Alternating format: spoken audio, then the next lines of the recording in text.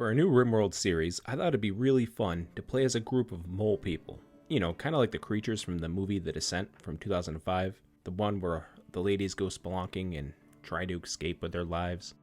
But instead of being cannibals, we're now a more peaceful species. We're not pacifists, we will defend ourselves and kill when we need to, but we're trying to carve out our own little civilization amongst this wild world. Of course, being a formerly subterranean species, we're going to have some struggles, like the sun and daylight. However, we will have some strengths, such as being able to heal like Wolverine, being able to see well in the dark, and, of course, being excellent at mining. As a nice side benefit, we also get these kind of creepy, dead-like gray eyes, which are pretty fun. To make the setting even more immersive for this playthrough, I decided to put us in a boreal forest, similar to how it was in the movie, and we're going to be in a bit of a mountainous region next to a sort of isolated road. That way any visitors that are traveling on the road can stop by, and instead of meeting their ultimate doom, they will meet a kind, friendly, booming settlement. Unless, of course, they're trying to raid us, then it's going to probably end up just like it did in the movies. The name of our ideologian is going to be Decent People. Get it? Decent People? And for a cool ritual room name, I felt like the cavern would be fitting for the setting.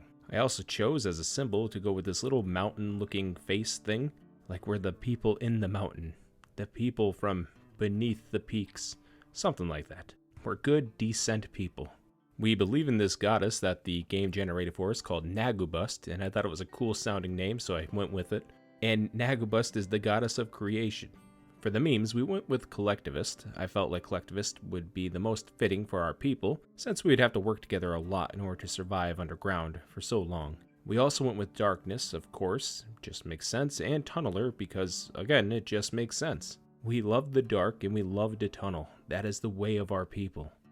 I'm not going to touch on all the precepts here, I'll just kind of let you glance at them real quick, but the main one I wanted to point out is the research speed. I just want to speed that up a bit, that way we didn't spend forever doing research.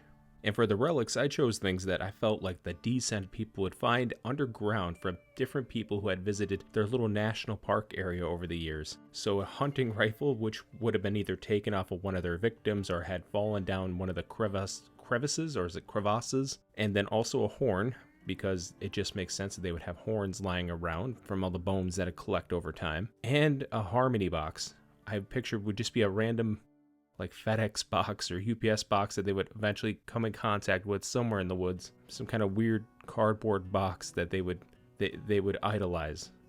And that about does it for the setup. I hope you guys enjoy the series, and with all that out of the way, let's jump into it.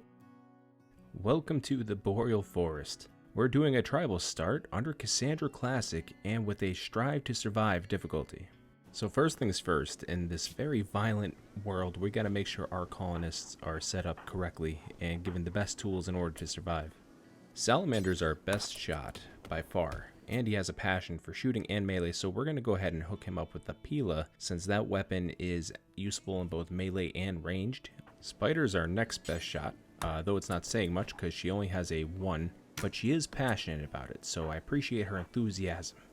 We're also going to go ahead and start getting her shooting up a bit too, to rely more on her for fighting and hunting as well, alongside of Salamander. Boar, on the other hand, is absolutely garbage at shooting, but he is an amazing melee fighter, and he even has the trait of a brawler, somebody who's able to go ahead and fight one-on-one with almost anybody.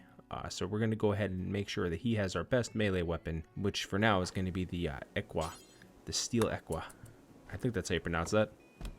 Both Basculo and Koyo equally suck at fighting, so we're just going to give them generic melee weapons that we have lying around, maybe a ranged weapon, just to give them a little bit of something to defend themselves and some of the others with as well.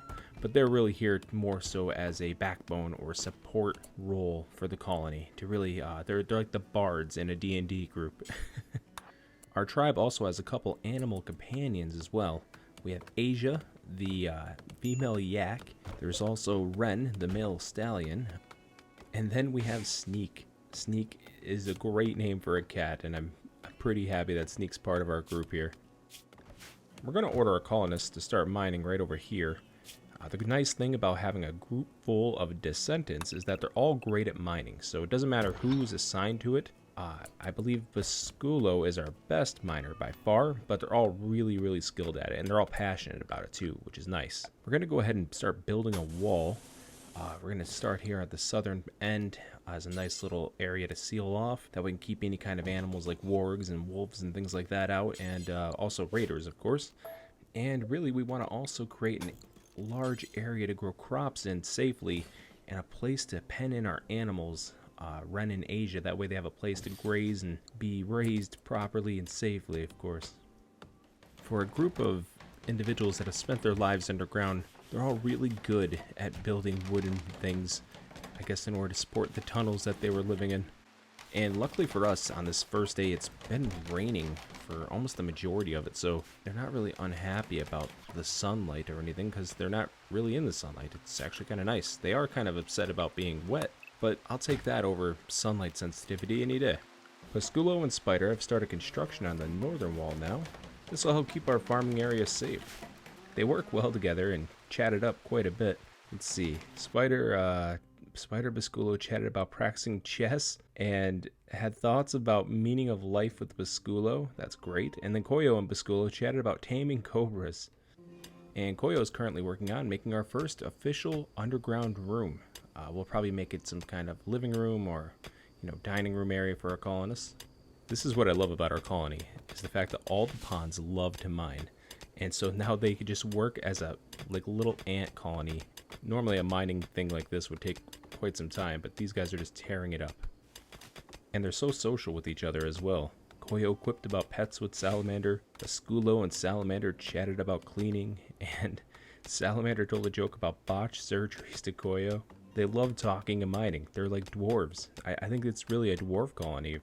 Also, am I the only one who thinks that these blue light torches are just better looking overall than the regular torches? Just the aesthetic alone, the kind of cool Lovecraftian glow they give. It's just so moody and I love it. And here they sleep, our 5 brave colonists, carving out their own place in the world. Quite literally. They stare at us with their dull gray eyes, and it's almost like a reflection of who we are on the inside. Gray. No right, no wrong, just gray.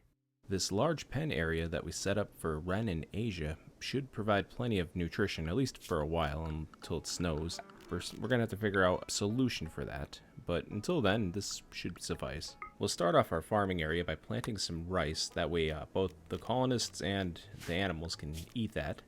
We're not above sharing our food with the animals, so it's what we need to do for now. We'll also plant some hay grass too. That way we could start storing some hay for the winter. And Koyo just finished building our stone cutting table right in front of the others as they slept. He didn't care at all about making any noise. And now he's going to go right back to work on mining out that lower chamber for us. Koyo is a workaholic, and I absolutely love that. And with a couple last hits, Basculo is going to go ahead and finish up the first main chamber. This will be kind of like a welcome center of sorts sometime down the road when we begin having more guests and people staying in our colony. But for now, it's just a filthy, debris-ridden area that we're going to have to eventually get cleaned up here. There's just a ton of rubble and just stone chunks hanging out everywhere. And Basculo is going to go ahead and start working on the field stove for us. He's got a decent construction score of 5, and more importantly, he is passionate about it. Just a few more now, and there we go. Alright, now we have a field stove. We can now start making some meals and assigning people to be cooks. I'm gonna have to figure out who's gonna be the main cook for this colony. I love just assigning my colonists to do hauling together.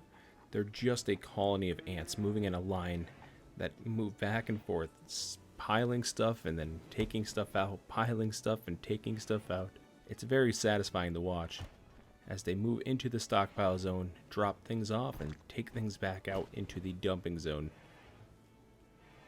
Oh yeah, that's nice.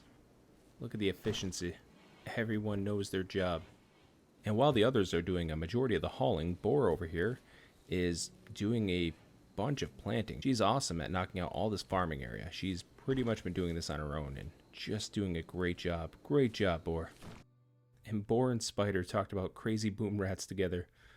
God, I love this game. Now time for something very satisfying. We're going to go ahead and set all of our ponds to clean the stockpile, it really just everything that's underground. We're just going to clean a majority of that. Ah, yes, look at them clean. This place is going to look beautiful. Now with morning settling in, our colonists are back hiding underground and smoking some smoke leaf. So we're going to go ahead and just let them do that and take their stress out. Nothing like having a smoke with some friends in order to unwind. And Bora is continuing to work on the plants, but she hates the sun. It's blinding light and sunlight sensitivity. It's given her some really bad mood debuffs. But she is a dedicated worker. She has a minor passion for work, and she's been nuzzled. And recreation has been satisfied, so she's still hanging in there, all things considered. But she absolutely hates the sun, but she just can't resist the fields. As the sunlight cascades across the land, kissing the landscape with its bright light, our colonists sleep contently inside, hidden in the hard, unforgiving belly of the Underdark. As Bane once said, "Oh, you think darkness is your ally. I was born in the darkness." And that is the case of our people. We were born in the darkness, and it is in the darkness that we thrive. And that'll bring the end to today's video. I hope you too enjoyed the darkness. So until the next video, my friends, take care and stay out of caves.